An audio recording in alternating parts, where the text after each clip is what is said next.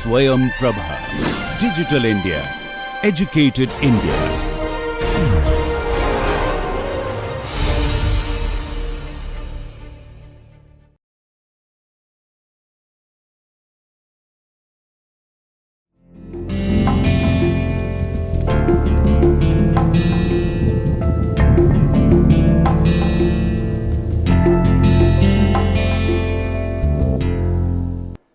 नमस्कार,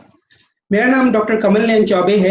और मैं दिल्ली विश्वविद्यालय में राजनीति विज्ञान पढ़ाता हूँ। दिल्ली विश्वविद्यालय का एक प्रसिद्ध कॉलेज है दयाल सिंह कॉलेज, वहाँ पर। और मैं आज से एक श्रृंखला शुरू कर रहा हूँ राजनीतिक विचारधाराओं के बारे में। राजनीतिक विचारधारा एक ऐसा शब्द है, एक ऐसी परिपाटी के रूप में हमारे सामने है, जहाँ पर हम हर व्यक्ति को जो हमारे सामने से गुजरता है, खास तौर पे अगर उसका थोड़ा भी राजनीतिक रुझान हो, तो उसके बारे में हम यह सोचने का, समझने का प्रयास करते हैं कि इस व्यक्ति की राजनीतिक विचारधारा क्या है। और यह हमारे आम जीवन में काफी हद तक प्रचलित शब्द है। जब भी हम चुनाव की बात करते हैं, जब लोकतंत्र में अलग अलग तरीके से लोग अपने विचारों को व्यक्त करते हैं, तो हमारी ये कोशिश होती है कि हम उनके विचारों को एक विचारधारात्मक ढांचे में कैद कर देखें। और इसी आधार पर बातों को समझने के लिए कई बार यह कहा जाता है कि अगर एक वामपंथी पार्टी है तो वह किसी खास मुद्दे पर किस तरीके का विचार रखेगी, अगर कांग्रेस पार्टी है जो हिंदुस्तान में है तो उसकी विचारधारा किस तरीके से है, भारतीय जनता पार्टी है तो उसकी विचारधारा किस तरीके से है। कई बार हम यह भी सुनते हैं कि अब विचारधारा की राजनीति नहीं रही है, बल्कि विचारधारा की राजनीति के स्थान पर अब सिर्फ पदों की लालसा को महत्व दिया जा रहा है। तो इस आधार पर मैं सिर्फ यह रेखांकित करना चाहता हूं कि अगर हम राजनीति विज्ञान के विद्यार्थी नहीं हैं, तब भी हमारे रोज रोज के जीवन में इस आइडियोलॉजी या विचारधारा शब्द का बार बार आगमन होता है, बार बार हम उसका सामना करते हैं। और मेरी यह कोशिश होगी कि आने वाले कई लेक्चर्स के माध्यम से मैं आपको यह बताने का प्रयास करूं कि हम विचारधारा को कैसे समझ सकते हैं। और इसके अलावा अलग अलग तरीके की जो विचारधाराएं हैं राजनीति सिद्धांत के भीतर या राजनीति की पूरी जो प्रक्रिया चल रही है उसके भीतर, उसकी एक समझ हम बना पाए, ये बहुत जरूरी है। और यही हमारी कोशिश रहेगी आने वाले लेक्चर्स के माध्यम से। हम उदारवाद के बारे में बात करेंगे, ये मैं उदाहरण दे रहा हूँ।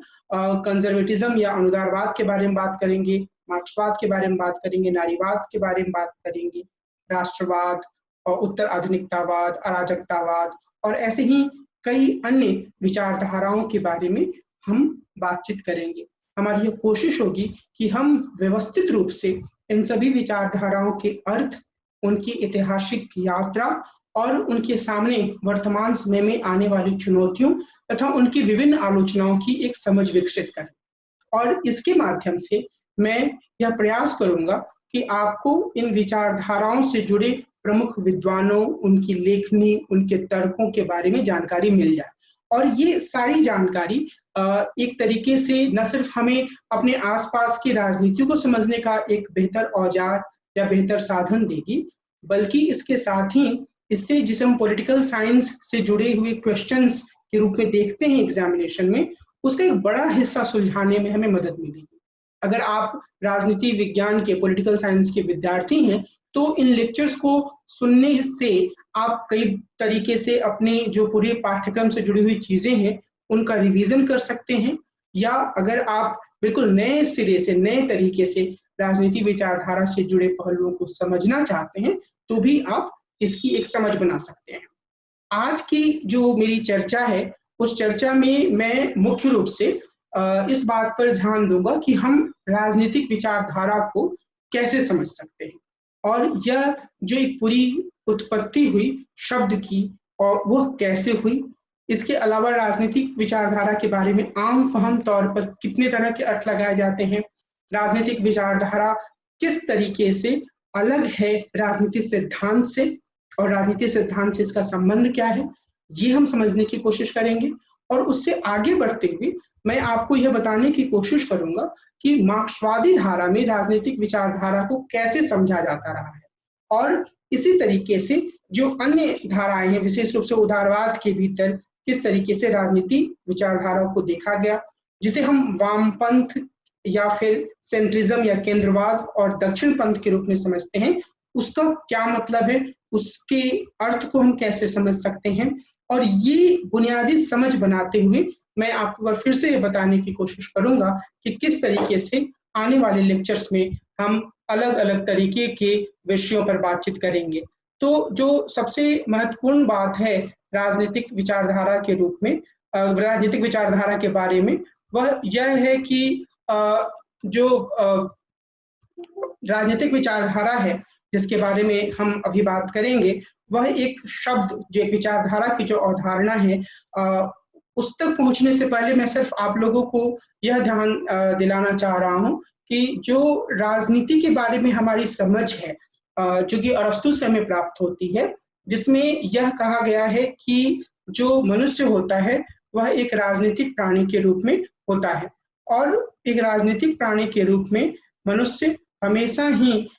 इस चीज पे ध्यान केंद्रित करता है कि उसका जो एक गुड लाइफ का नोशन है उसे वह किस तरीके से हासिल कर सकता है, और उस गुड लाइफ के नोशन को हासिल करने के लिए, उत्तम जीवन की जो अवधारणा होती है उसको हासिल करने के लिए वह अलग अलग तरीके की गतिविधियों में भागीदारी करता है, जहां उसे कई तरीके के संसाधनों की जरूरत होती है, और उन संसाधनों को हासिल करने के लिए वह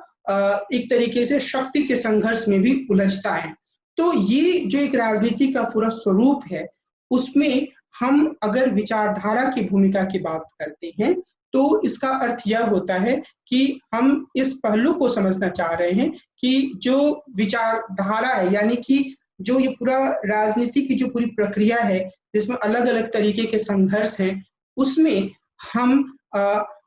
किस नजरिए से इस पूरी गतिविधि को देखते हैं, हम किस नजरिए से मानव समुदाय के भीतर जो शक्ति का संघर्ष है, जो संसाधनों के बंटवारे का प्रश्न है, या जो गुड लाइफ के नोशन को हासिल करने का सवाल है, उसको हम किस तरीके से देखते हैं। ये एक तरीके से हम कह सकते हैं कि हम आम फहम रूप में विचारधारा की समझ कायम कर सकते हैं इसके माध्यम से। लेकिन अगर हम विचारधारा की अवधारणा की बात करें तो विचारधारा या आइडियोलॉजी, जो कि इसका इंग्लिश वर्ड है, उसकी शब्द की जो एक शुरुआती उत्पत्ति है उसके बारे में कोई साफ विचार नहीं है। सबसे पहले एंटोनी डेस्टूट डी ट्रेसी द्वारा फ्रांसीसी क्रांति के दौरान इसका इजाद किया गया, और सबसे पहले 1796 में इसका सार्वजनिक रूप से प्रयोग हुआ। ट्रेसी ने विचारधारा को विचारों के विज्ञान के रूप में परिभाषित किया था। जैसे जूलॉजी वर्ड है, वैसे ही आइडियोलॉजी वर्ड को का प्रयोग किया गया, लेकिन विचारधारा की कोई स्पष्ट परिभाषा नहीं है। और इसके अलावे विचारधारा, डेविड जो मैकलेन एक सिद्धांतकार हैं, उन्होंने ये कहा कि विचारधारा पूरे समाज विज्ञान की सबसे धुंधली अवधारणा है, यानी कि इसकी एक साफ परिभाषा हम नहीं दे सकते हैं। और उन्होंने ऐसा कहने के पीछे दो कारण बताए। पहला, विचारधारा की सभी अवधारणाएं सिद्धांत और व्यवहार के बीच संबंध को स्वीकार करती हैं। यह विश्वासों और सिद्धांतों के बीच संबंधों और राजनीति में विचार की भूमिका तथा भौतिक जीवन या राजनीतिक आचरण के बारे में अत्यंत विवादास्पद वाद विवाद को सामने ले आती है। यानी कि हमारे जीवन में जो अलग अलग तरीके के विचार हैं, और हर व्यक्ति के विचार अलग अलग हैं, क्योंकि हम अलग अलग व्यक्ति हैं, इसलिए तो ऐसी स्थिति में जो विभिन्न तरीके के वाद विवाद उभर कर सामने आते हैं, उनको यह सामने लाने का काम करती है। और दूसरा, विचारधारा की अवधारणा विभिन्न राजनीतिक विचारधाराओं के बीच जारी मौजूदा संघर्ष से खुद को अलग नहीं रख पाई है। अक्सर इसका इस्तेमाल एक विचारधारा द्वारा दूसरी विचारधारा की निंदा करने के लिए किया जाता है, और हम इसे अपने आम जीवन के उदाहरण में भी देख सकते हैं कि किस तरीके से जो विचारधारा की जो पूरी बात है वह एक तरीके से विचारधारात्मक टकराव के रूप में सामने आती है। अगर कोई व्यक्ति उदारवाद का यानी कि लिबरलिज्म का समर्थक है तो वह मार्क्सवाद की कई आधारों पर आलोचना करता है, और उस तरीके से जो मार्क्सवादी व्यक्ति होता है वह उदारवाद को संदेह से देखता है, उसे पूंजीवाद के समर्थक विचार के रूप में प्रस्तुत करता है। अब अगर हम विचारधारा के साथ जुड़े हुए कुछ शब्दों, कुछ अर्थों के बारे में बातचीत करें, तो यह बात सामने आती है कि मोटे तौर पर विचारधारा शब्द से, या जब विचारधारा की आम जिंदगी का हम आम जिंदगी में प्रयोग करते हैं, तो उससे कई तरीके के अर्थ जुड़े हुए हैं। यह एक राजनीतिक विश्वास प्रणाली के रूप में है, राजनीतिक विचारों का कार्य उन्मुख समूह है, शासक वर्ग के विचार के रूप में है। आमतौर पर मार्क्सवादी इस तरीके से इसको व्यक्त करते हैं, जिसके बारे में आगे हम थोड़ी विस्तार से चर्चा करेंगे। और एक विशिष्ट सामाजिक समूह या सामाजिक वर्ग की विश्व दृष्टि के रूप में भी इसको देखा जाता है। ऐसे राजनीतिक विचार जो वर्ग या सामाजिक हितों को व्यक्त करते हैं, यह भी विचारधारा के बारे में एक मान्यता है। ऐसे विचार जो शोषितों के बीच झूठी चेतना को बढ़ावा देते हैं। इसके बाद कई बार विचारधारा को ऐसे विचारों के रूप में देखा जाता है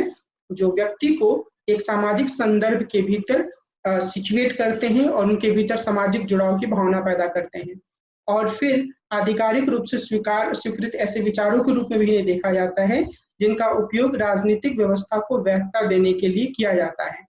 फिर इसे एक सर्वसमावेशी राजनीतिक मत के रूप में देखा जाता है जो सत्य पर एकाधिकार का दावा करता है, और राजनीतिक सूत्रों का अमूर्त और अत्यंत व्यवस्थित समूह भी इसे माना जाता है। कुल मिलाकर अगर हम इसको देखें तो हम यह कह सकते हैं कि विचारधारा के बारे में अलग अलग तरह की कई मान्यताएं हैं, और इन मान्यताओं के कारण ही विचारधारा के बारे में जो हमने शुरुआत में कहा कि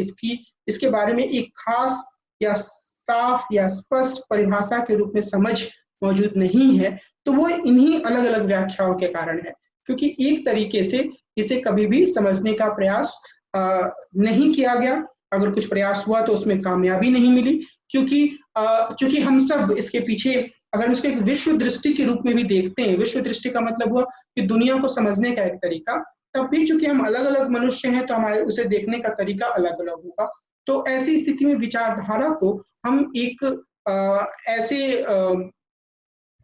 सर्व स्वीकृत परिभाषा के रूप में प्रस्तुत नहीं कर सकते हैं। अब एक महत्वपूर्ण प्रश्न यह भी है कि राजनीतिक सिद्धांत और विचारधारा के बीच किस तरीके का संबंध होता है। सबसे जो बुनियादी चीज है वो यह है कि हम कई बार राजनीतिक सिद्धांत और विचारधारा के बीच में अंतर को, डिफरेंस को बहुत ही साफ तरीके से नहीं समझ पाते हैं। कई बार हमें यह लगता है कि उदारवादी राजनीतिक सिद्धांत और उदारवाद, यानी कि उदारवादी राजनीतिक सिद्धांत एक सिद्धांत के रूप में और उदारवाद एक विचार के रूप में एक जैसी चीजें हैं, लेकिन शायद ऐसा नहीं है। हमें यह समझने की जरूरत है कि जो विचारधारा और सिद्धांत जो दो चीजें होती हैं, उन दोनों में एक अलगाव होता है। जो बुनियादी अलगाव है वह यह है कि राजनीतिक सिद्धांत जो है वह तुलनात्मक रूप से खुला होता है। सिद्धांत यह कोशिश करता है कि यह बात पूरी तरह स्पष्ट हो जाए कि कुछ निश्चित दृष्टिकोणों को क्यों अपनाया जाना चाहिए या किन्हीं विशेष सिद्धांतों के आधार पर कोई काम क्यों नहीं किया जाना चाहिए। लेकिन विचारधारा सभी कारणों को साफ तौर पर सामने लाने का प्रयास नहीं करती है, और यानी कि विचारधारा जो है वह तर्क बुद्धि का प्रयोग करने की जगह हल्के तरीके से बातों को साबित करने की कोशिश करती है, तथा सिद्धांतों को फॉर्मूला या सूत्रों में बदल दिया जाता है। मसलन फाशीवाद या राष्ट्रवाद के मामले में ऐसा होता है। कुछ मामलों में विचारधारा रणनीतिक रूप से विवेक से जुड़ी रहती है, लेकिन सिद्धांत में यह जुड़ाव प्रमुख रूप से होता है। अब मैं यहाँ यह कहना चाह रहा हूँ कि जब हम राजनीतिक सिद्धांत की बात करते हैं तो वहां पर एक जो महत्वपूर्ण चीज होती है वह यह है कि एक तरीके से जो सत्य है, जो वस्तुनिष्ठता है, जितना उसे हासिल किया जा सकता है उसे हासिल करने की कोशिश की जाती है। लेकिन कई बार विचारधारा के भीतर यह प्रयास काफी आगे तक नहीं जाता है। वहां भी यह कोशिश होती है, लेकिन यह कोशिश फिर एक बंद दायरे में बंध जाती है, और इसमें फिर यह कहा जाता है, मिसाल के तौर पर अगर कोई मार्क्सवादी विचारधारा को मानता है तो वह इस बात पर बार बार जोर देता है कि मार्क्सवाद के भीतर जो बातें कही गई हैं वही सत्य के रूप में है, और उसमें उतना खुलापन नहीं रह पाता है कि वह मार्क्सवाद की सीमाओं को देखते हुए काफी आगे तक जाए। लेकिन सिद्धांत हमेशा ही इस खुलेपन की मांग करता है। तो इस अर्थ में विचारधारा और सिद्धांत के बीच में महत्वपूर्ण अंतर है। तो जब हम उदारवादी राजनीति सिद्धांत की बात करते हैं तो वह आत्म आलोचना या सीमाओं को दिखाने की एक लगातार चलते रहने वाली प्रक्रिया का नाम है। लेकिन जब हम उदारवाद को विचारधारा के रूप में देखते हैं तो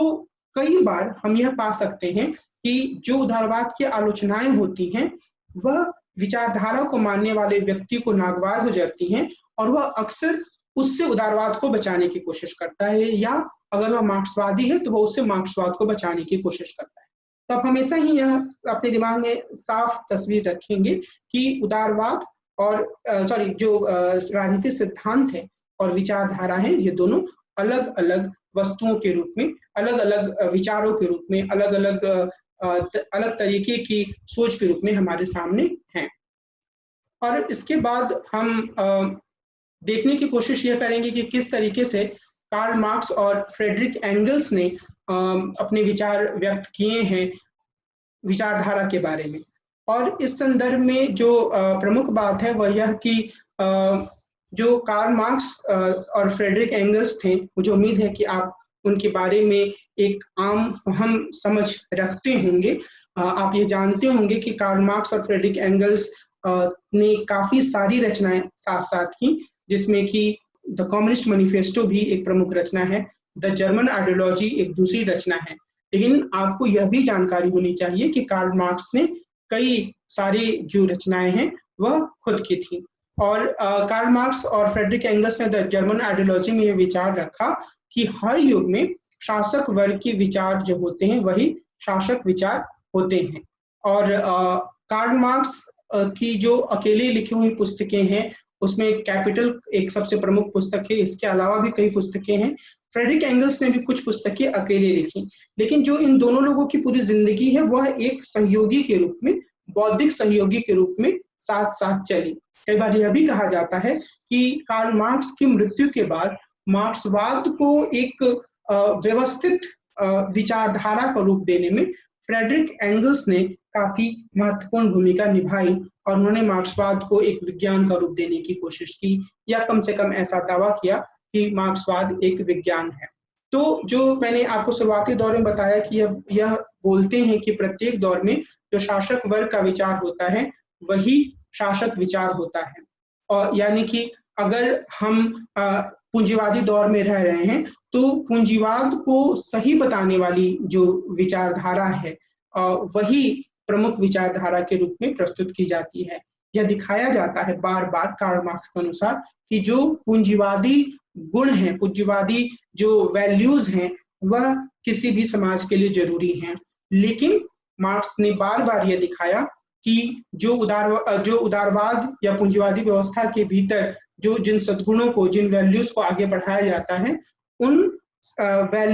वो वैल्यूज जो होती हैं वो दरअसल एक्सप्लॉयटेशन या शोषण को छिपाने का काम करती हैं। मार्क्स की विचारधारा की अवधारणा में हम इस बात को ध्यान रखेंगे कि कई तरह की इस प्रमुख बातें इसमें सम्मिलित हैं। पहला, विचारधारा झूठी चेतना को आगे बढ़ाती है। पूंजीवादी सामाजिक संबंधों के विशिष्ट विश्लेषण से मार्क्स और एंगल्स इस नतीजे पर पहुंचते हैं कि विचारधारा इन्वर्टेड चेतना और इन्वर्टेड हकीकत के बीच के संबंध को आभास की एक स्तर के रूप में प्रस्तुत करती है। यानी कि जो इनके बीच का संबंध होता है, जो हकीकत होता है, जो कि खुद उल्टी रूप में नजर आता है, और जो मनुष्य की चेतना होती है, उनको किस तरीके से देखना है मनुष्य की चेतना को, उसमें एक विचारधारा जो होती है वह महत्वपूर्ण भूमिका निभाती है। दूसरे स्तर पर यह मानते हैं कि विचारधारा वर्ग व्यवस्था से जुड़ी हुई है, और तीसरे स्तर पर विचारधारा शक्ति की अभिव्यक्ति है, और चौथे स्तर पर विचारधारा एक अस्थायी परिघटना है और यह तब तक कायम रहती है जब तक इसे उत्पन्न करने वाली वर्ग व्यवस्था भी कायम रहती है। इसका मतलब यह है कि मार्क्सवाद के भीतर मोटे तौर पर विचारधारा को नकारात्मक रूप से देखा गया। नकारात्मक रूप कहने का यहाँ पर अर्थ यह है कि कार्ल मार्क्स और फ्रेडरिक एंगल्स यह मान कर चलते हैं कि अगर हम पूंजीवादी समाज के भीतर रह रहे हैं तो जो पूंजीवादी समाज या कैपिटलिस्ट सोसाइटी है वह कैपिटलिस्ट सोसाइटी एक खास तरीके के विचार को आगे बढ़ाती है, और यह बात किसी भी समाज के बारे में सत्य है कि जहां वहां जिस तरीके के का शासन होगा, उसके अनुकूल जो विचार होंगे वही विचार शक्ति के प्रयोग के रूप में सामने आएंगे, उन्हीं विचारों को बार बार आगे बढ़ाया जाएगा। और इस अर्थ में यह लोगों को जो सच्चाई होती है उसे एक धुंधले तरीके से दिखाने की कोशिश करता है, जिससे लोग वास्तविकता को नहीं समझ पाते हैं। तो जो लोगों की चेतना होती है वो खुद इन्वर्टेड या उल्टी अवस्था में होती है। जो हकीकत होती है उसे उल्टी अवस्था में दिखाने के लिए जो विचारधारा होती है वो एक मध्यस्थ स्तर का काम करती है। तो इस लिहाज से कार्ल मार्क्स और फ्रेडरिक एंगल्स ने काफी आलोचनात्मक तरीके से विचारधारा से संबंधित अपने विचारों को रखा, और उन्होंने इस बात पर बल दिया कि जब तक वर्ग व्यवस्था है तब तक इस तरीके की विचारधारा की स्थिति विचारधारात्मक स्थिति रहेगी, और जब वर्ग व्यवस्था समाप्त हो जाएगी तो इस तरह की विचारधारात्मक स्थिति की आवश्यकता नहीं रहेगी। मुझे यह उम्मीद है कि आप लोगों को यह जानकारी होगी कि कार्ल मार्क्स और फ्रेडरिक एंगल्स ने जिस तरीके से क्लासिकल मार्क्सिज्म को प्रस्तुत किया, उसमें वो सबसे पहले प्रिमिटिव कम्युनिज्म की बात करते हैं, उसके बाद की स्थिति होती है स्लेव ओनिंग सोसाइटी या दास स्वामित्व वाली व्यवस्था, ठीक है, और तीसरे स्तर पर वो फ्यूडल सोसाइटी या सामंती समाज की बात करते हैं, चौथे स्तर पर वो कैपिटलिस्ट सोसाइटी या पूंजीवादी समाज की बात करते हैं, उसके बाद शोषण के कारण वो बोलते हैं कि मजदूर वर्ग कुलबंद होते हैं, वो क्रांति करते हैं, और उसके बाद सर्वहारा के तानाशाही की स्थिति आती है जहां पर कि कुछ जो मजदूरों के प्रतिनिधि होते हैं वो शासन करते हैं, फिर धीरे धीरे करके समाजवाद की स्थिति आती है, और आखिरकार साम्यवाद या कम्युनिज्म की स्थिति आती है। इस पूरे विश्लेषण में कार्ल मार्क्स और फ्रेडरिक एंगल्स ये मानते हैं कि आदिम साम्यवादी अवस्था या प्रिमिटिव कम्युनिज्म की स्थिति और अंत में जो कम्युनिज्म की स्थिति आती है, इन्हीं दोनों में कोई वर्ग नहीं होता है। तो यह बोलते हैं कि इसके पीछे के जितने भी 7 तरह की स्थितियां होंगी वहां वर्ग होगा, वर्ग व्यवस्था होगी, इसलिए विचारधारा का भी अस्तित्व होगा, और विचारधारा वह विचारधारा प्रभावी होगी जो कि शासक वर्ग की विचारधारा होती है। इस लिहाज से हम यह कह सकते हैं कि इनके लेखन में यह बात अंतर्निहित है, हालांकि वो खुलकर इस बारे में बात नहीं रखते हैं, और यह कमी फिर बाद में लेनिन पूरा करते हैं, लेकिन यह बात कार्ल मार्क्स और फ्रेडरिक एंगल्स के लेखन में भी या विचारों में भी सामने आती है कि चूंकि विचारधारा तब समाप्त होगी एक नकारात्मक तत्व के रूप में जबकि साम्यवाद की स्थिति आएगी। तो उसके पहले जो क्रांति के बाद की स्थिति होगी, डिक्टेटरशिप ऑफ प्रोलेटेरिएट या सर्वहारा की तानाशाही की या सोशलिज्म या समाजवाद की, तो वहां भी विचारधारा होगी, और जो शासक वर्ग होगा उसके विचारों को सबसे महत्वपूर्ण स्थान दिया जाएगा। और इस लिहाज से एक बार फिर से अगर हम मार्क्सवाद के भीतर इस चीज को देखने की कोशिश करें कि किस तरीके से विचारधारा को देखा गया है, तो हमें लेनिन के विचारों से काफी महत्वपूर्ण सूत्र मिलते हैं। लेनिन ने 1902 में what is to be done नामक एक बुकलेट या पुस्तिका की रचना की थी, और इसमें उन्होंने ये विचार व्यक्त किया था कि समाजवादी विचारधारा जैसी भी कोई चीज हो सकती है या मार्क्सवादी विचारधारा जैसी भी चीज हो सकती है, और इस अर्थ में लेनिन ने विचारधारा की अवधारणा के अर्थ का विस्तार किया था। और विचारधारा के अर्थ का विस्तार करते हुए लेनिन यह दिखाते हैं कि जो वर्ग टकराव की स्थिति होती है उसमें जो आइडियोलॉजी या विचारधारा होती है वह शासक वर्ग के हितों से जुड़ी हुई लगती है, और इसकी समीक्षा प्रभुत्व के अधीन रहने वाले वर्गों से जुड़ी होती है। यानी कि अगर पूंजीवाद है तो पूंजीवाद में एक विचार होगा जो कि उदारवाद के माध्यम से पूंजीवाद को आगे बढ़ाएगा, जिसकी बात कार्ल मार्क्स और फ्रेडरिक एंगल्स भी करते हैं। लेकिन लेनिन उससे एक कदम आगे जाते हैं और वो साफ तौर पर यह बोलते हैं कि जो इनकी एक समीक्षा होगी वह भी एक विचारधारा या विचार के रूप में होगी, और एक अलग वर्ग द्वारा शासक वर्ग विचारधारा की समीक्षा आती है, या यह कहा जा सकता है कि एक अलग विचारधारात्मक दृष्टिकोण से शासक वर्ग विचारधारा की समीक्षा की जाती है। इसलिए लेनिन के अनुसार विचारधारा विभिन्न वर्गों के हितों से जुड़ी हुई राजनीतिक चेतना बन जाती है। खासतौर पर वे बुर्जुआ और समाजवादी विचारधारा के बीच विरोध पर जोर देते हैं। और यहाँ यह बात, जैसे मैंने आपको पहले कहा, कि काफी हद तक कार्ल मार्क्स और फ्रेडरिक एंगल्स के विचारों में भी अंतर्निहित लगती है, लेकिन लेनिन का मुख्य योगदान यह है कि उन्होंने पहली बार साफ तौर पर यह कहा कि जो बुर्जुआ विचार हैं उसके खिलाफ या उसकी आलोचना के रूप में एक समाजवादी विचारधारा का उद्भव होता है, और ये जो विचारधारा होती है वह बुर्जुआ विचारधारा को की जो कमियां हैं उसको खुलकर सामने लाती है, और इसके माध्यम से जो लोग समाजवाद का समर्थन करने वाले लोग होते हैं, जो लोग क्रांति के समर्थक लोग होते हैं, उन्हें यह गोलबंद करने का प्रयास करती है। तो ये जो एक पूरा विचार है वह इनके लेखन में सामने आता है। और विचारधारा के बारे में जो लेनिन के बाद अगर हम किसी एक अन्य विचारक का नाम रख सकते हैं तो वो एंटोनियो ग्राम्सी हैं। एंटोनियो ग्राम्सी के बारे में मुझे यह उम्मीद है कि हम लोगों में से अधिकांश लोग, जो आप लोग देख रहे हैं, अगर आप राजनीति सिद्धांत के विद्यार्थी हैं तो आप उनके बारे में जानते होंगे। एंटोनियो ग्राम्सी इटली के मार्क्सवादी थे और इटली के कम्युनिस्ट पार्टी के वो मेंबर थे। उन्हें मुसोलिनी ने गिरफ्तार कर लिया और बाद में गिरफ्तारी के दौरान जेल में रहते हुए ही तकरीबन वो 10 से 11 सालों तक जेल में रहे, और उसके बाद 1937 में उनकी मृत्यु हो जाती है। उनकी मृत्यु के बाद, द्वितीय विश्व युद्ध के खत्म होने के बाद, उनके बहुत सारे लेखन बेतरतीब रूप में, बिखरे हुए रूप में जेल में मिलते हैं, और उन्हें बाद में एक जगह लाकर एक पुस्तक प्रकाशित की गई, द प्रिजन नोटबुक्स के नाम से।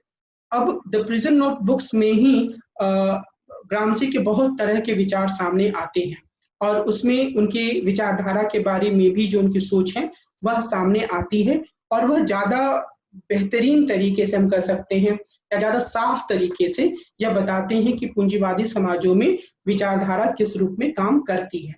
लेकिन हमें ग्राम्सी के बारे में यह भी समझने की आवश्यकता है कि ग्राम्सी ने विचारधारा का विश्लेषण करते हुए यह समझने की कोशिश की कि आखिर जो पूंजीवादी राज्य हैं यूरोप के, वहां पर क्रांतियां क्यों नहीं हुई, और इसके जवाब में उन्होंने एक हेजिमनी या वर्चस्व की बात को सामने रखा, एक अवधारणा उन्होंने प्रस्तुत की। लेकिन हमें यह ध्यान रखने की जरूरत है हमेशा ही कि द प्रिजन नोटबुक्स, जिसमें कि ग्राम्सी इस तरीके के विचार को सामने लाते हैं, वह एक व्यवस्थित पुस्तक नहीं है। तो उस पुस्तक में बेतरतीब तरीके से कभी किसी दिन ग्राम्सी ने कुछ लिखा, कभी ग्राम्सी ने कुछ और लिखा, तो उनको एक जगह लाया गया है, और उसको संपादित करने के लिए खुद ग्राम्सी इस दुनिया में नहीं थे। तो ये थोड़ा सा, जब भी हम द प्रिजन नोटबुक्स को पढ़ें, जो कि 1970s में इंग्लिश में आ पाई थी, तो हमें इन सब बातों को ध्यान में रखना होगा। बहरहाल जब ग्राम्सी यह बात करते हैं कि किस तरीके से जो पूरी स्थिति होती है एक पूंजीवादी समाज के भीतर, जहाँ की क्रांति होनी चाहिए तो पर क्रांति नहीं होती है, तो वो यह कहते हैं कि वहां एक तरीके से हेजेमनी की स्थिति होती है पूंजीवादी वर्ग की। और इस संदर्भ में वो इस बात पर जोर देते हैं कि हेजेमनी का जो पूरा अर्थ है वह है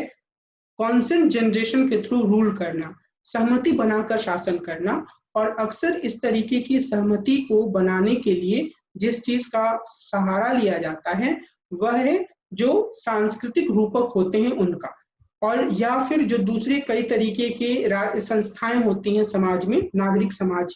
उसमें शामिल है, तो उसके माध्यम से वो एक तरीके की सहमति बनाई जाती है, जिसमें कि स्कूल है, क्लब हैं,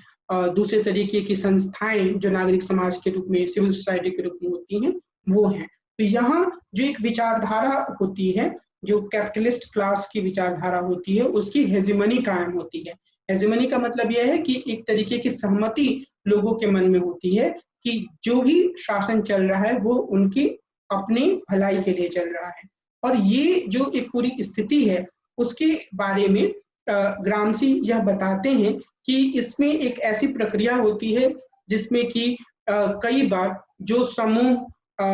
नए तरह की मांग करते हैं उनकी मांगों को स्वीकार भी किया जाता है। तो इस तरीके से एक कॉन्सेंट जनरेशन की प्रक्रिया लगातार चलती रहती है। ग्रामसी इसमें बदलाव करने का भी एक रास्ता देखते हैं। ग्रामसी यह भी बताते हैं कि जो समाज में जो बुद्धिजीवी वर्ग होते हैं, उसमें कुछ लोग ट्रेडिशनल इंटेलेक्चुअल के रूप में होते हैं, कुछ लोग ऑर्गेनिक इंटेलेक्चुअल के रूप में होते हैं। कुछ लोग जो होते हैं, जो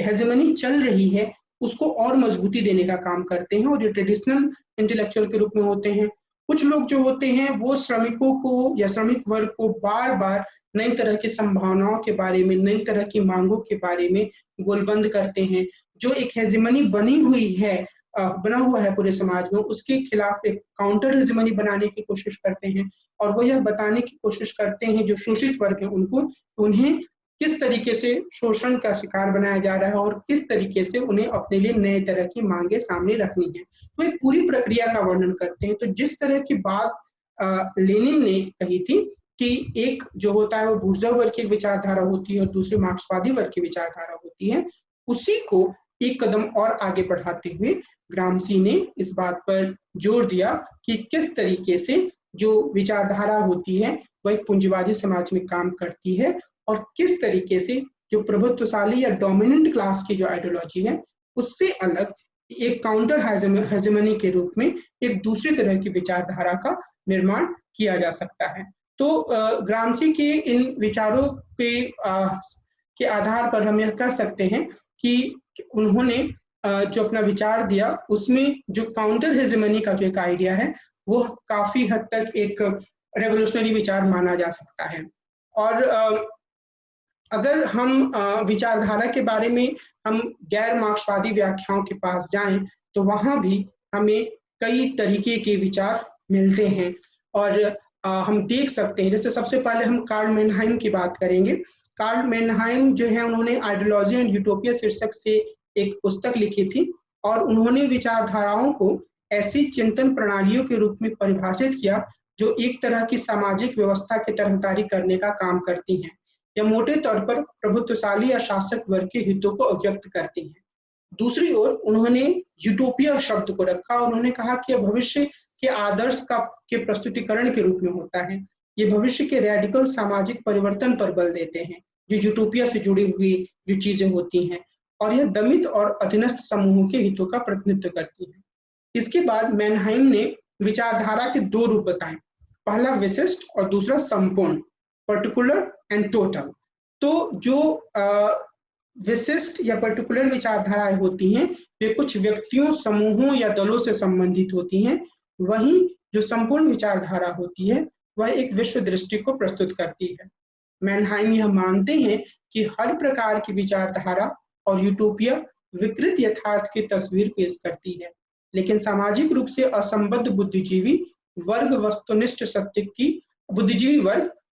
सत्य की प्राप्ति का प्रयास कर सकता है। यानी कि जो एक ऑब्जेक्टिव ट्रुथ होता है उसके लक्ष्य को वो पूरी तरीके से खारिज नहीं करते हैं और वे इस बात पर जोर देते हैं कि हालांकि विचारधारा अपने आप में सीमित होती है, यूटोपिया भी अपने आप में एक विकृति के रूप में होती है, लेकिन फिर भी यह कोशिश की जा सकती है कि वस्तुनिष्ठ रूप से सत्य को प्राप्त किया जाए और इस रूप में उन्होंने विचारधारा को देखने की कोशिश की।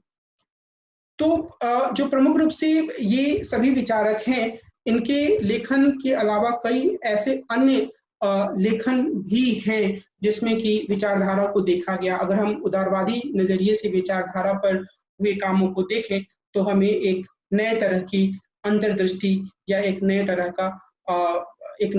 का एक इंसाइट हमें मिलता है। बहुत से उदारवादी विचारकों ने भी विचारधाराओं के बारे में, विचारधारा के बारे में अपने विचारों को व्यक्त किया और इस संदर्भ में हम मुख्य रूप से उन विचारकों को रख सकते हैं जिन्होंने जब भी अपना लेखन किया तो उस लेखन में फांसीवाद या नाजीवाद या फिर स्टालिन के दौर में जिस तरीके का शासन उभर कर सामने आया सोवियत संघ में, उसकी आलोचना की। और इस संदर्भ में आपको यह ध्यान में रखना होगा कि जब हम नाजीवाद, फांसीवाद की बात कर रहे हैं तो इसका क्या अर्थ है, जब हम स्टालिन की बात कर रहे हैं तो उसका क्या अर्थ है। फांसीवादी विचारधारा जो है वह मुख्य रूप से इटली में उभर कर सामने आए, जिसमें कि एक पहचान के आधार पर राष्ट्र को सर्वोच्च शक्ति मानने की बात कही गई थी, जिसका नुकसान यही था कि जो लोग उस पहचान के आसपास नहीं आ पाते थे, वो काफी हद तक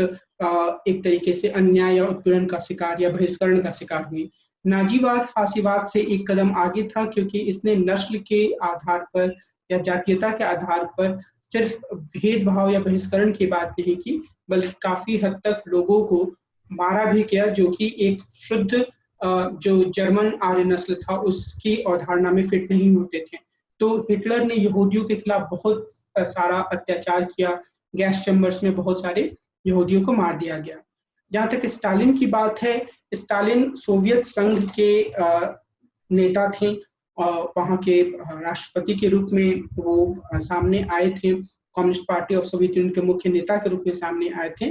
लेनिन के बाद। लेनिन के जीवन के दौरान ही वह शासन में आ चुके थे, क्योंकि लेनिन अपने जीवन के आखिरी वर्षों में बीमार रहते थे। बाद में जब 1930 का दशक आया तो उन्होंने अलग अलग तरीके की नीतियां अपनाई, जिसके बारे में यहाँ कहा गया कि इसका लक्ष्य प्रमुख रूप से साम्यवादी स्थिति को हासिल करना है। तो अब उसमें एक कलेक्टिवाइजेशन की नीति प्रमुख थी। कलेक्टिवाइजेशन की नीति में इस बात पर जोर दिया गया कि जो लोगों की जमीन है, खेत हैं, उनको राज्य ले लेगा और वहां पर सामूहिक खेती की जाएगी, और फिर लोगों को उनकी आवश्यकताओं के अनुसार वस्तुएं दे दी जाएंगी। लेकिन इसके साथ समस्या भी थी। समस्या यह थी कि लोग अपनी निजी संपत्ति देने के लिए तैयार नहीं थे, और इसके कारण से लोगों ने इसका विरोध किया, और जिन लोगों ने भी इसका विरोध किया उनकी एक तरीके से निर्ममता पूर्वक हत्या करा दी गई, उन्हें रास्ते से हटा दिया गया, या कहा गया कि ये लोग रिएक्शनरी हैं, क्रांति के विरोधी हैं।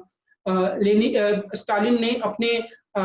देश में अपनी पार्टी के भीतर मौजूद लोगों का भी सफाया करवाया, जिनके बारे में उन्हें शक था कि यह उनके विचार को नहीं मानते हैं। तो एक व्यक्ति यानी कि स्टालिन का विचार एक पार्टी यानी कि communist party of Soviet union का विचार बन गया, और फिर वही विचार सोवियत यूनियन का एक देश के रूप में विचार बन गया, और उसका विरोध करने वाले प्रत्येक व्यक्ति को सजा दी गई, उनकी हत्याएं कराई गई, और या तो कई लोगों को एकदम बिल्कुल ही गायब कर दिया गया, कई बार झूठे आरोपों में फंसाकर लंबे समय तक जेल में डाल दिया गया। ये सारी जो घटनाएं हुई उन्होंने उदारवादियों के मन मस्तिष्क पर गहरा प्रभाव डाला, और उन्होंने यह निष्कर्ष निकाला कि असल में विचारधारा पर, एक खास तरह की विचारधारा पर ज्यादा जोर देने के कारण ही इस तरह की स्थिति आई है। और इस संदर्भ में हम एक विशेष रूप से उल्लेख कर सकते हैं जो कार्ल पॉपर है, जिन्होंने एक बहुत ही प्रसिद्ध पुस्तक लिखी थी, जिसका नाम था open society and it's enemies. तो उसमें उन्होंने यह दिखाने की कोशिश की कि किस तरीके से जो एक विचारधारात्मक आग्रह होता है वह एक ऐसी स्थिति को पैदा करता है जिसमें कि दूसरे तरह की सोच के लिए कोई स्थान नहीं रह जाता है। एक बड़ा आदर्श तय कर दिया जाता है, और उस आदर्श के हिसाब से हर प्रकार के लोगों को हाँकने की कोशिश की जाती है, उन्हें ढालने की कोशिश की जाती है। और वो जो एक विचारधारात्मक सत्य की बात होती है, चाहे वो प्लेटो के आदर्श राज्य के रूप में हो या फिर चाहे वो नाजीवाद, फासीवाद, मार्क्सवाद के रूप में हो, उसमें दूसरी तरीके की सोच के लिए जब स्थान नहीं रहता है तो पूरी तरीके से क्लोज सिस्टम हो जाती है, जिसमें कि मनुष्य की चेतना घुटती है, उसका सही तरीके से विकास नहीं हो पाता है। और इन्हीं सब आधारों पर जो उदारवादी विचारक रहे, उन्होंने काफी तीखी आलोचना की इन सभी व्यवस्थाओं की, इन सभी तरह के वादों की, इन सभी तरह के इजम्स की, या फिर हम कह सकते हैं इन सभी तरह की विचारधाराओं की। और उन्होंने इस बात पर जोर दिया, उन्होंने इस बात पर बार बार जोर दिया कि असल में यह सभी जो व्यवस्थाएं हैं वह मनुष्य की ऑटोनॉमी यानी कि अपने सही और अपने गलत के बारे में फैसला करने की मनुष्य की क्षमता की का उल्लंघन करती हैं, उसकी अवहेलना करती हैं, उसका वायलेशन करती हैं। इसलिए उनका यह कहना था कि ज्यादा जोर इस बात पर होना चाहिए कि किस तरीके से व्यक्ति जो है वह खुद को एक ऐसे कर्ता के रूप में, एक ऐसे एजेंट के रूप में प्रस्तुत कर पाए। तो ये जो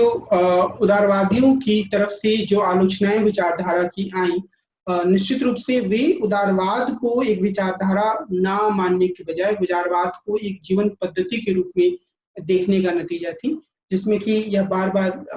दिखाने की कोशिश की गई कि जो उदारवाद से जुड़ा हुआ है वह काफी बेहतरीन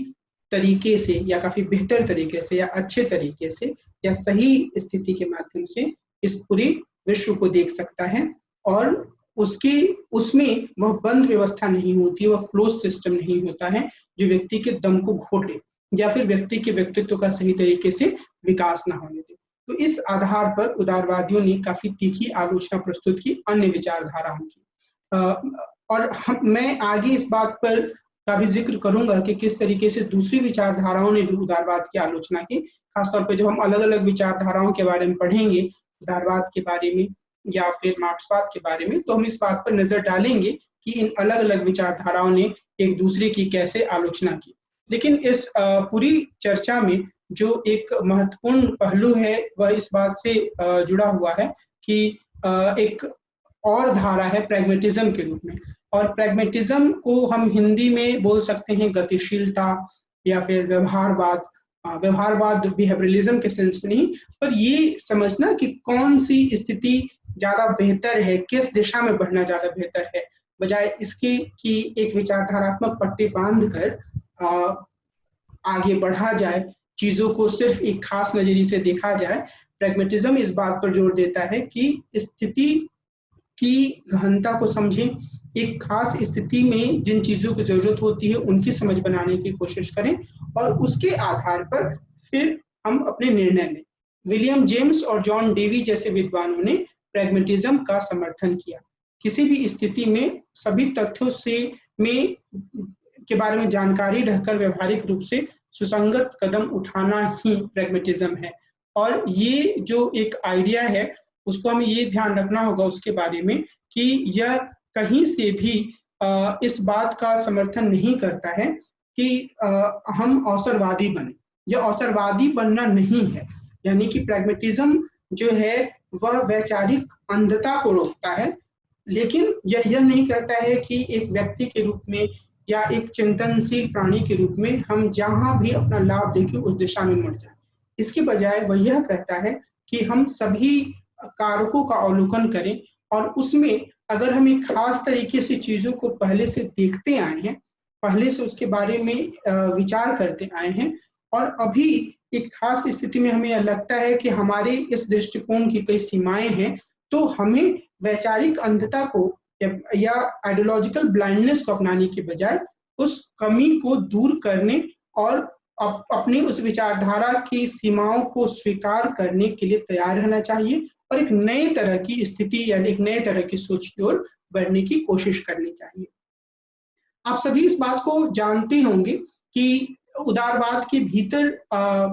एक खास तरीके की स्थिति आई 1990 के बाद, और 1990 के बाद ये स्थिति इसलिए आई क्योंकि सोवियत संघ का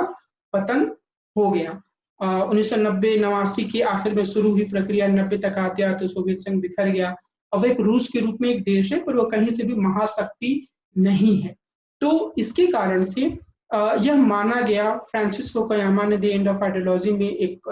विशिष्ट तर्क दिया जिसे में उन्होंने यह कहा कि अब विचारधारात्मक स्तर पर दुनिया के भीतर कोई संघर्ष या कोई टकराव नहीं बचा है और अब सिर्फ और सिर्फ एक तरह की विचारधारा यानी कि उदारवाद की विचारधारा ही सबसे प्रभावी विचारधारा के रूप में मौजूद है। 1990 के दशक में बहुत सारे विकासशील देशों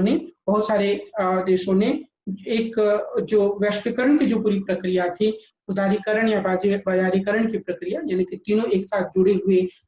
जो माने जाते हैं लिबरलाइजेशन, प्राइवेटाइजेशन एंड ग्लोबलाइजेशन, इनकी प्रक्रियाओं की ओर खुद को आगे बढ़ाया। इसे भी उदारवाद की जो पूरी एक विजय यात्रा थी उसके प्रमाण के रूप में प्रस्तुत किया गया।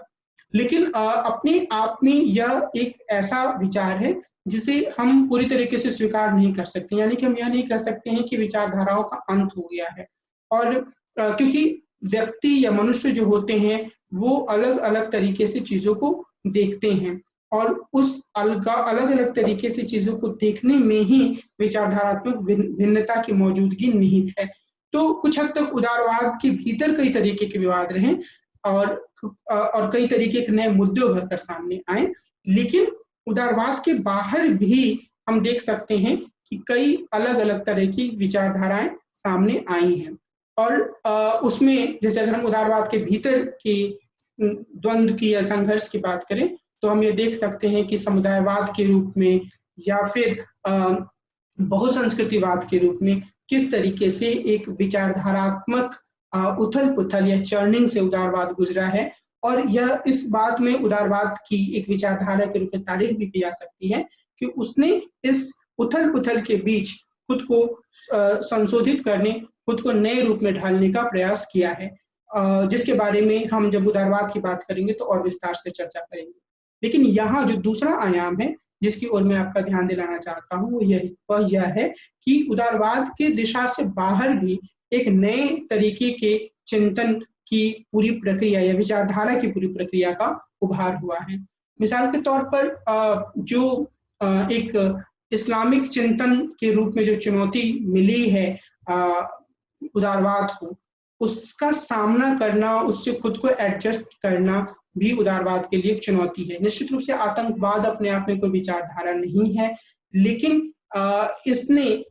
एक कट्टरपंथ के रूप में ही सही पर उदारवाद के सामने चुनौती रखी है। दूसरे स्तर पर हम देख सकते हैं कि जो एक इकोलॉजिज्म के रूप में, पर्यावरणवाद के रूप में जो एक पूरी चिंता की स्थिति सामने आई है और जो एक विचारधारा, नए तरह की विचारधारा उभरकर सामने आई है, जिसने कि उदारवाद की सीमाओं को भी दिखाया है कि किस तरीके से उदारवाद में अत्यधिक दोहन या शोषण पर जोर दिया जाता है। तो इस आधार पर इसने उदारवाद और एग्जिस्टिंग सोशलिस्ट स्टेट्स, यानी कि जो समाजवादी राज्य जिन्होंने मार्क्सवादी आधार पर शासन किया, उनकी कमियों को भी रेखांकित किया है। इसी तरीके से जो नारीवादी समूह हैं, उन्होंने भी एक अलग तरीके से उदारवाद के लिए चुनौतियां प्रस्तुत की हैं। कई अन्य मामलों में मार्क्सवाद अपने ज्यादा संशोधित रूप में सामने आने के लिए या और ज्यादा स्वीकार्य होने के लिए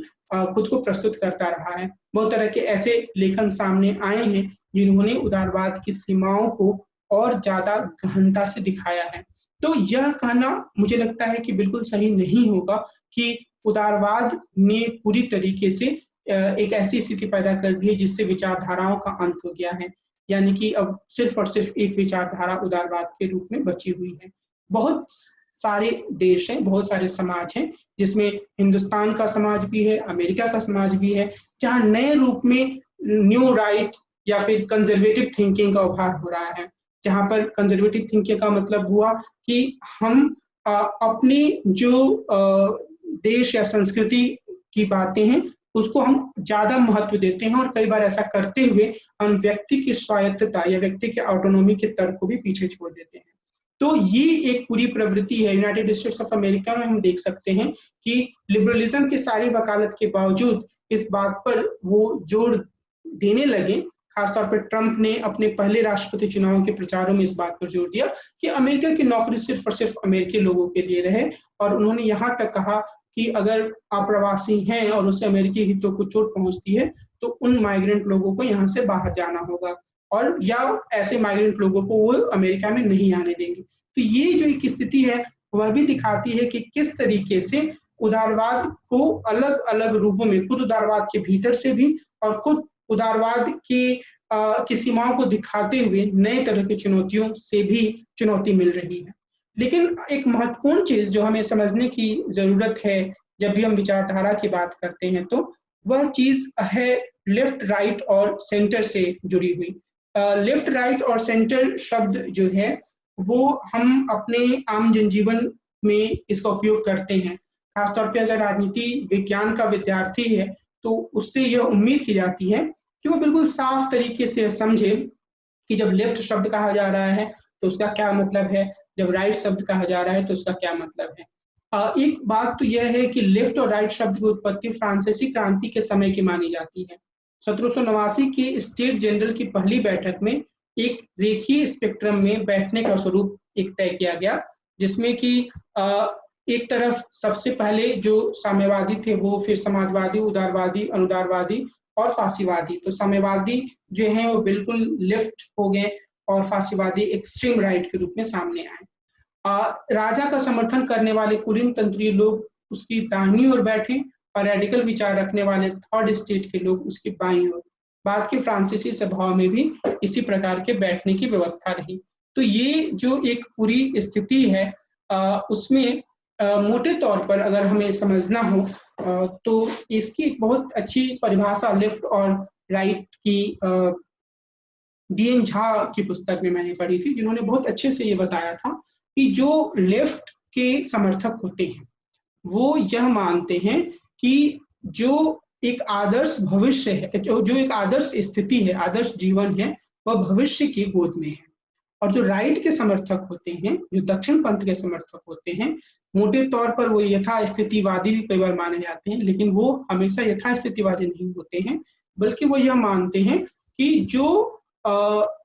एक सुनहरा भविष्य है वह अतीत में कहीं है। प्रोफेसर झा ने शायद ये भारतीय संदर्भ में ज्यादा देखा था, लेकिन आप इस चीज को हमेशा ध्यान रखें कि संस्कृति, परंपरा जैसी चीजों पर जोर देना दक्षिण पंथ की मुख्य विशेषता है। इसके अलावा जब हम आर्थिक संदर्भ में जाते हैं तो हम यह देखते हैं कि जो दक्षिण पंथी होते हैं वो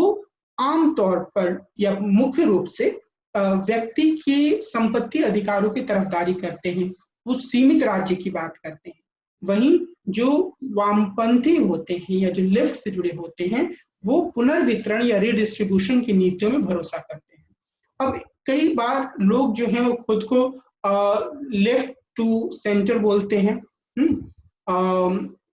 और कई बार उसको वो सेंटर से खुद को राइट की तरफ दिखाते हैं, यानी को पूरी तरीके से खुद को लेफ्टिस्ट या राइटिस्ट नहीं कहते हैं, बल्कि वो कहते हैं कि या तो सेंटरिस्ट हैं, यानी कि वो मध्यमार्गी हैं, और ऐसी विचारधारा के लोग हो सकते हैं जो कि संस्कृति में, परंपरा में भी बहुत सारी चीजों को अच्छा माने, और वो यह भी माने कि धीरे धीरे हमें बदलाव की ओर भी आगे बढ़ना है। और उसमें फिर हम एक पेंडुलम की तरह कल्पना कर सकते हैं, जहां पर एक तरफ सबसे बाईं ओर जो है वो मेरे हाथ का जो बायां हाथ है वो एक तरीके से लेफ्ट हो गया और सबसे एक्सट्रीम पे राइट हो गया, और जो सेंटर है उससे कई लोग बिल्कुल ऊपर लेफ्ट तक नहीं जाएंगे, पर बीच में भी रह सकते हैं और थोड़ा सा लेफ्ट की ओर मुड़े रह सकते हैं, थोड़ी सी राइट की ओर मुड़े रह सकते हैं। मैं कहना यह चाह रहा हूं कि लेफ्ट, राइट और सेंटर, ये जो एक पूरी प्रक्रिया है, इसके माध्यम से हम यह समझ सकते हैं कि किस तरीके से विचारधारा को देखा जाता रहा है या विचारधारा को समझा जा सकता है,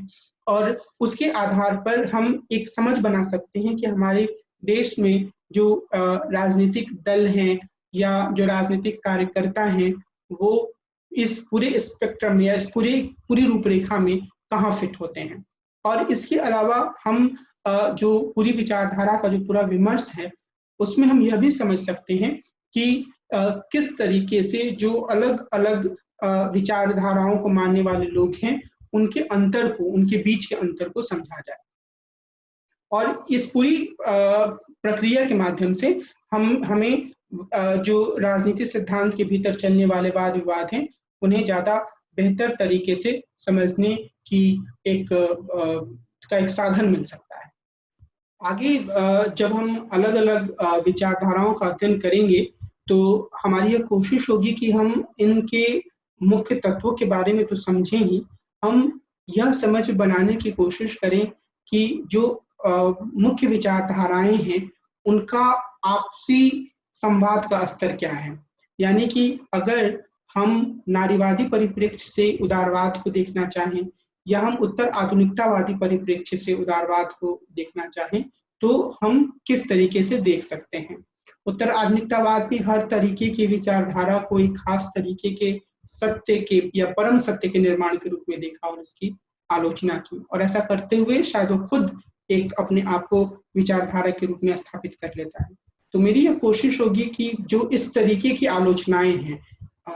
उनको भी मैं आपके सामने रखूं और उनके बीच के आपसी संवाद को या आपसी तनाव को भी मैं आपके सामने प्रस्तुत कर पाऊं। विचारधाराओं की समझ इसलिए भी महत्वपूर्ण है क्योंकि हम एक ऐसे लोकतांत्रिक समाज में रह रहे हैं जहां पर हर तरह के विचार को मानने वाले लोग हैं, और कई बार विचार जो हैं वो काफी कट्टर रूप में सामने आते हैं जिनमें कि संवाद की गुंजाइश नहीं होती है। तो इस लिहाज से हम अगर उन विचारों की बुनियाद को या उनके आधार को समझते हैं, तो शायद हम उनको बेहतर तरीके से समझ पाएँ, उन विचारधाराओं को जिन्हें हम अपने से अलग मानते हैं, और फिर हम खुद को उनसे संवाद करने के लिए तैयार कर पाएँ, जो कि एक लोकतांत्रिक समाज का मूल गुण है। इसके अलावा जो एक और महत्वपूर्ण बात है विचारधाराओं के अध्ययन के बारे में, वह यह है कि कोई भी विचारधारा कभी भी जड़ नहीं रही है। हम विचारधाराओं के कुछ मुख्य बिंदुओं की बात करते हैं, लेकिन उन मुख्य बिंदुओं की बात करने के बावजूद हमें यह याद रखने की आवश्यकता है कि हर विचारधारा समय के साथ बदलती रही है। हर विचारधारा ने खुद को अपनी आलोचनाओं के से बेहतर बनाने की कोशिश की। यानी कि अगर किसी विचारधारा में कुछ आलोचनाएं सामने आई, तो उस विचारधारा को मानने वाले अन्य लोगों ने उसका कुछ जवाब देने की कोशिश की, और जहां इस तरीके की चीजें नहीं आई, वहां विचारधारा काफी हद तक जड़ हो गई। या फिर अगर बहुत तीखी आलोचनाएं सामने आई और विचारधारा के माध्यम के द्वारा उसका संतोषजनक जवाब नहीं दिया गया, तो धीरे धीरे करके उस विचारधारा की महत्ता या उसकी प्रासंगिकता कम हो गई। अगर आप उदारवाद को देखते हैं, या फिर आप मार्क्सवाद को ही देखते हैं, या फिर आप नारीवाद को देखते हैं, तो आप ये पाएंगे कि इनके भीतर हमेशा ही एक वाद विवाद का दायरा बना रहा। हमेशा ही लोगों ने, विद्वानों ने इन विचारधाराओं के भीतर की कमियों को खुद भी रेखांकित किया। यानी कि उदारवादियों ने हमेशा ही यह इंतजार नहीं किया कि मार्क्सवादियों की तरफ से ही कुछ आलोचनाएं आए तभी उसका जवाब दिया जाएगा, बल्कि खुद उदारवाद के भीतर ही इस बात को लेकर वाद विवाद रहा कि राज्य को क्या संसाधनों का वितरण करना चाहिए, और यदि करना चाहिए तो कैसे करना चाहिए, और यदि नहीं करना चाहिए तो क्यों नहीं करना चाहिए। उसी तरीके से मार्क्सवाद के भीतर भी यह वाद विवाद रहा है कि क्या राज्य, पूंजीवादी राज्य के भीतर मनुष्यों के कल्याण की कोई परिकल्पना की जा सकती है, श्रमिकों के कल्याण की कोई परिकल्पना की जा सकती है, और इसके आधार पर मार्क्सवाद के भीतर कई तरीके के सैद्धांतिकरण भी हुए। राज्य की बदलती भूमिका के बारे में कई तरीके के सैद्धांतिकरण हुए। तो हमें यह नहीं मानना चाहिए कि कोई भी विचारधारा जड़ होती है। विचारधाराएं हमेशा गतिशील होती हैं, ठीक वैसे ही जैसे मनुष्यों के अंदर विचार करने की प्रक्रिया, चिंतन करने की प्रक्रिया गतिशील होती है। लेकिन फिर भी जब हम महत्वपूर्ण विचारधाराओं की बात करते हैं, तो हम उनकी कुछ बुनियादी तत्वों को रेखांकित कर सकते हैं, और हम उनकी एक समझ बना सकते हैं। और उन समझ को बनाते हुए हमें यह भी ध्यान रखने की जरूरत होती है, या हमें यह भी ध्यान रखना चाहिए कि एक आदर्श लोकतांत्रिक समाज की स्थापना के लिए यह आवश्यक है कि उसमें अलग अलग तरीके की विचारधाराओं का अस्तित्व तो हो, लेकिन उस अस्तित्व के साथ ही उन विचारधाराओं के बीच में एक संवाद की स्थिति हो, आलोचना प्रति आलोचना की स्थिति हो। तो मुझे यह उम्मीद है कि इस पूरी श्रृंखला में हम विचारधाराओं के बारे में, विभिन्न तरह की विचारधाराओं के बारे में एक बुनियादी समझ बना पाएंगे, उनकी आलोचनाओं की समझ बना पाएंगे, और खुद को एक विद्यार्थी के रूप में एक ऐसी स्थिति में पाएंगे जहां पर हम कॉन्सेप्चुअली इन विचारधाराओं के बारे में स्पष्टता के साथ समझ पाएं, उनकी आलोचनाओं के बारे में समझ पाएं, और अपनी सोच से अलग विचारधारा रखने वाले लोगों की विचारों को बेहतर तरीके से समझने की कोशिश कर पाए। और ऐसा करते हुए हम एक बेहतर नागरिक और एक बेहतर व्यक्ति और लोकतांत्रिक समाज के अंदर सक्रिय एक बेहतर एजेंट या कर्ता के रूप में खुद को तब्दील कर पाएंगे, ऐसी मैं उम्मीद करता हूं। तो मुझे यह उम्मीद है कि आप लोगों को यह पूरी चर्चा उपयोगी लगी होगी, और आप आगे की अन्य चर्चाओं में भी भाग लेंगे। तो आज की इस चर्चा को मैं यही विराम देता हूं। अगली चर्चा में हम मिलेंगे और एक विचारधारा के बारे में, विशेष रूप से उदारवाद में पहली बार चर्चा उदारवाद की ही करूंगा, तो उदारवाद के बारे में हम विस्तार से बात करेंगे और कोशिश करेंगे कि उससे जुड़ी हुई विभिन्न पहलुओं की एक आलोचनात्मक समझ बना पाए। नमस्कार।